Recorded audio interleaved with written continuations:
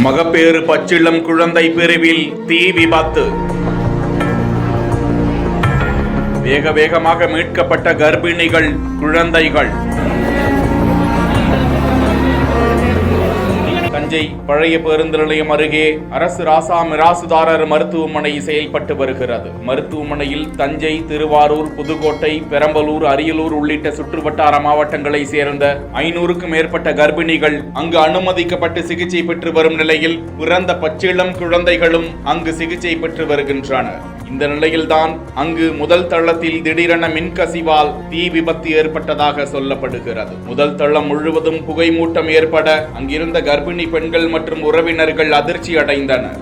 வேகமாக அவர்கள் குழந்தைகளை தூக்கி கொண்டு வெளியே வந்தனர். சுரத்தை அடுத்து செவிலியர்கள் மற்றும் ஊழியர்கள் அனைவரையும் வெளியே கொண்டு வந்து விட்டனர். அவ்வளாகம் முழுவதும் மின்சாரம் துண்டிக்கப்பட்டது. தகவல் அறிந்த மாவட்ட ஆட்சித்தலைவர் பிரியங்கா பங்கஜம், மாவட்ட எஸ்பி ராஜாராம் சம்பவ இடத்திற்கு வந்து விசாரணை மேற்கொண்டனர். முதல் தளத்தில் 24 பேர் சிகிச்சை பெற்று வந்த நிலையில் அனைவரும் பாதுகாப்பாக மீட்கப்பட்டுள்ளதாக அதிகாரிகள் தகவலை கொடுத்தனர். மொத்தமாக 50க்கும் மேற்பட்ட கர்ப்பிணிகள் பாதுகாப்பாக வெளியேற்றப்பட்டு எந்தவித உயிர் சேதமும் காயமும் இல்லாமல் பாதுகாக்கப்பட்டனர் என்பது குறிப்பிடத்தக்கது.